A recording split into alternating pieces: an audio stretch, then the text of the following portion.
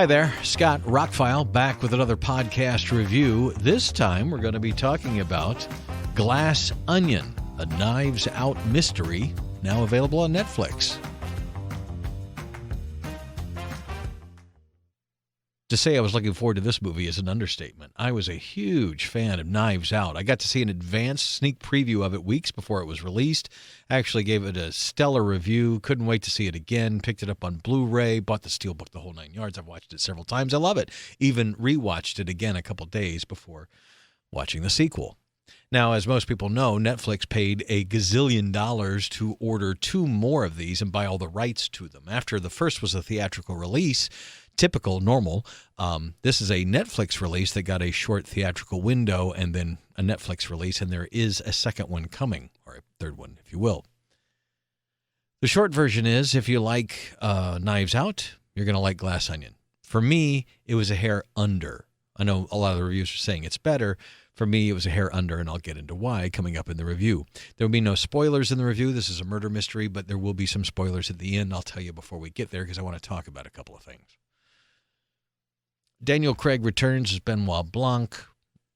You have another murder mystery, this one more a destination murder mystery.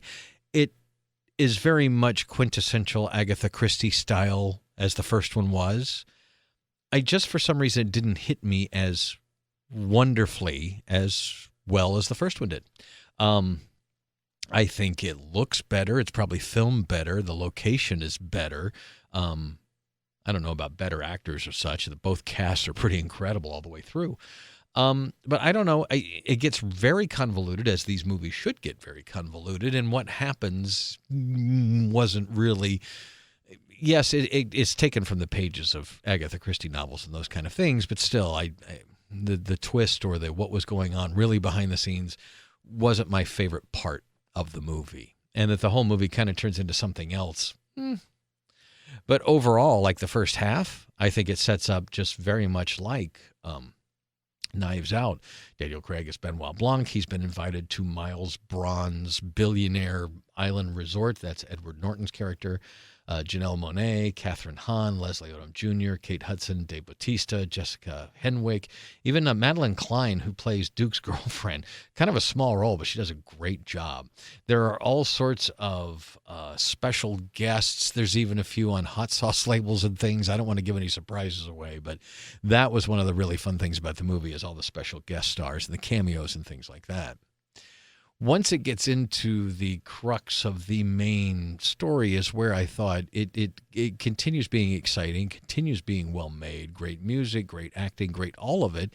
But I just kind of wasn't as invested as I was in Knives Out, because Knives Out all the way up until the end, you're wondering how this really played out. And this one, you kind of find out fairly early on. And I knew what the turnout, what it was going to be in the end. I just kind of figured it out, and I had no idea in Knives Out. This one, kind of from the get-go, I kind of figured out what was going to happen. But I don't know if it was based on the person who was playing the role or my affinity for these kind of movies and how I've seen 1,000 of them, but it just seemed to me pretty obvious from the get-go where this was going to go in the end. And I didn't have that at all in Knives Out. Now, this sounds like I'm, saying bad things about the movie. No, I think it's a great flick. One of the best of the year? Yeah, probably. Better than the first one? No. I still like the first one better. Not that it was an original thing, because, although it was still one in a long line of movie theatrical murder mysteries that we've gotten since movies were invented. And with Kenneth Branagh remaking Agatha Christie movies, he's got another one on the way. The Knives Out series had to be pretty amazing to hold up with some classic literature that's been turned into some pretty great movies. Like I said, Knives Out, the first one, is a classic, deserves all the kudos it got. This one, it falls into that whole Netflix. I was discussing with a few people over the weekend that Netflix just never had an A-list for me. Never had. They've not had a single movie that was a quintessential classic to me. They've had a lot of Bs, maybe even some B pluses, a lot of Cs and Ds, but nothing A. Nothing I had to go right out and buy when it was over. Stranger Things to a certain extent, the first season, but that's a TV series. As far as movies go, they've made some really good movies, but nothing that's been classic. And I think this Glass Onion, A Knives Out mystery, just misses the mark, just short of where Knives Out hit. And like I said, I'll get into a handful of spoilers at the end. I think all the acting is great. I think standouts, Daniel Craig, he's mellowed the accent a little bit and made it even more realistic. He's having fun with the character, obviously. They do some fun things with it. I think Edward Norton is fine. I think Janelle Monáe was great. Kathryn Hahn, really liked her. Just thought they could have done more. She plays a person who's a governor running for the Senate, and I just didn't feel very political about her character. I thought Kate Hudson was great, Dave Bautista was great, Jessa Henwick was great, and Madeline Klein, as I mentioned, also really great. I mean, on the page, if I were to write down scores for all this movie, it would come up very highly scored. Just my overall score would be a little less than the first one. And like I said, part of that is how things kind of play out in the final third of the movie. So should you watch it? Absolutely. If you have Netflix and you're paying, what for me, getting the 4K is $20 a month now, it's definitely a highbrow movie, or a well-made and intelligent flick that I would have paid to see in a theater, and it didn't play around here, so I had to watch it on Netflix. But it's definitely worth watching. I don't want to be negative about it. I'm just, compared to the original, I don't have to own this one like I had to own the first one. Would I go back and watch it again at some point? Yes. Maybe I didn't.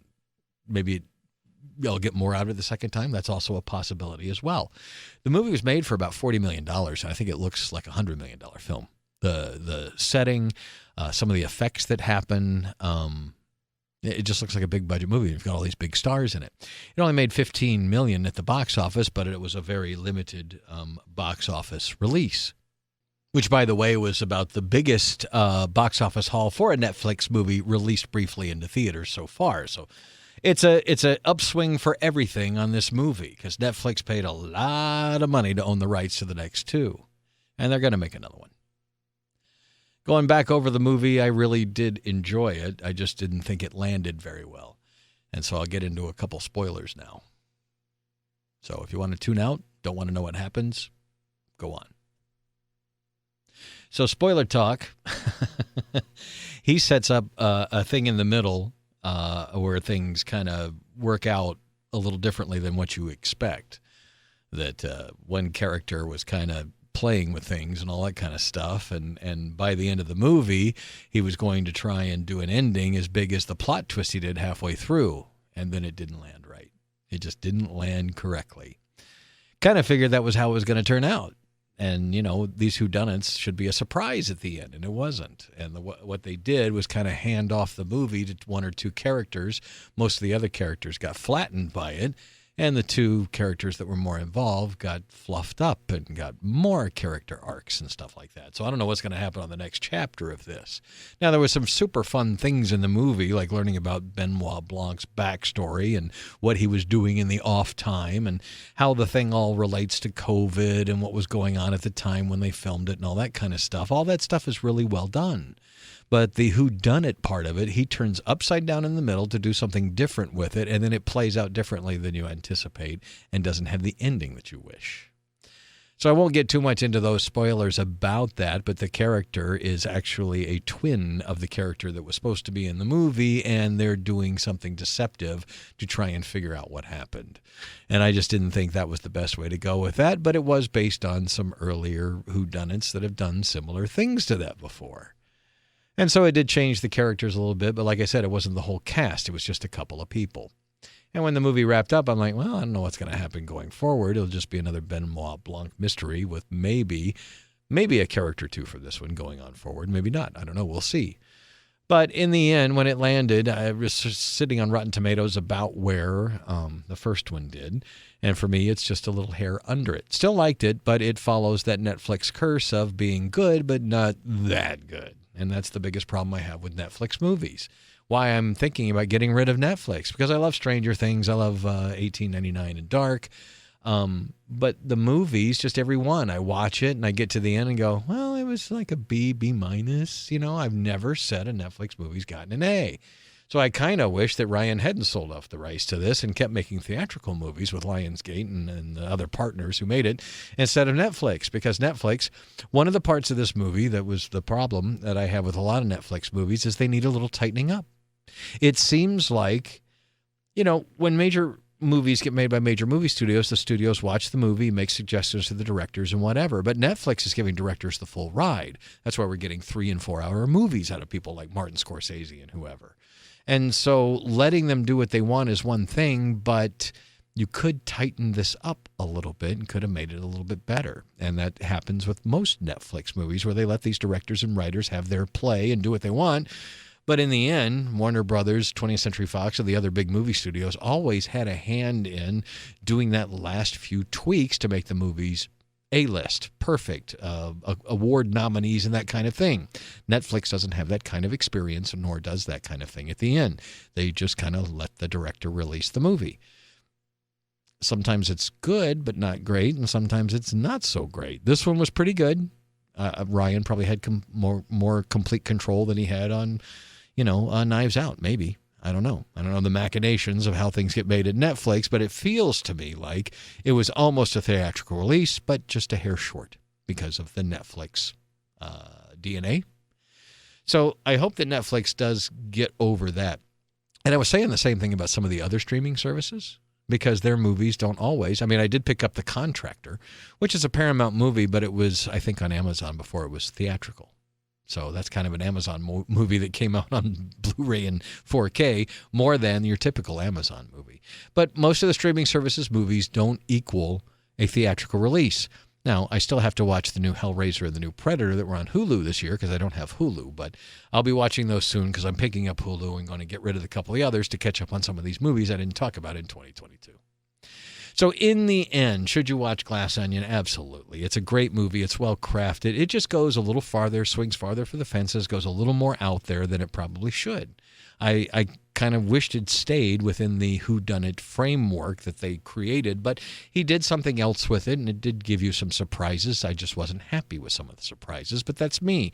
On a personal level, you may like it a lot better than I did. I do think it is almost the equal of the original movie, just short of the mark. Just short. Some reviewers think it's fabulous, but I've said in many podcasts, I think when we watch things on streaming services, we lower the bar a little bit. When I pay big bucks and I sit down in a darkened theater for 2 or 3 hours, and I've paid a lot of money for the popcorn and soda I'm drinking and eating, and I've blocked out time on my schedule to go to a theater and do all that, I hold the movie to a higher bar than I do when I'm streaming something on Christmas or a weekend or whatever. And so in that aspect, a lot of people are going, this is a fantastic movie. I think it is. I just don't think it's... Because I had just watched Knives Out 2 nights before. And I've seen Knives Out several times. And again, marveling at the way it was all put together and how it works out. I just wish the second one had been a little more like that. But I understand not wanting to repeat yourself, wanting to do something different and all that. And they did it. And they achieved it. And I think in the end, they did nail it. I just wish we'd had a slightly better ending that would have elevated the movie instead of just kind of ended the movie. I thought there were some very funny scenes. There were some great references. The fact that it all references people like Elon Musk and the pandemic and all that. I thought all of it was brilliant. I just think in the end, the final product is a hair short of where Knives Out fell. But still, that's a pretty darn good movie, isn't it? So Glass Onion, check it out. It's streaming now on Netflix. It'll be on there in perpetuity, I'm sure, because they have another one coming, and they own the rights to all things Knives Out going forward. I did watch a few other things over the holidays. I'll be getting back into the groove, as I said in the last podcast. So thank you very much. I hope your holidays were bright and wonderful. And you got to watch some good movies while you're enjoying time with family. Have a spectacular day, and thank you for listening.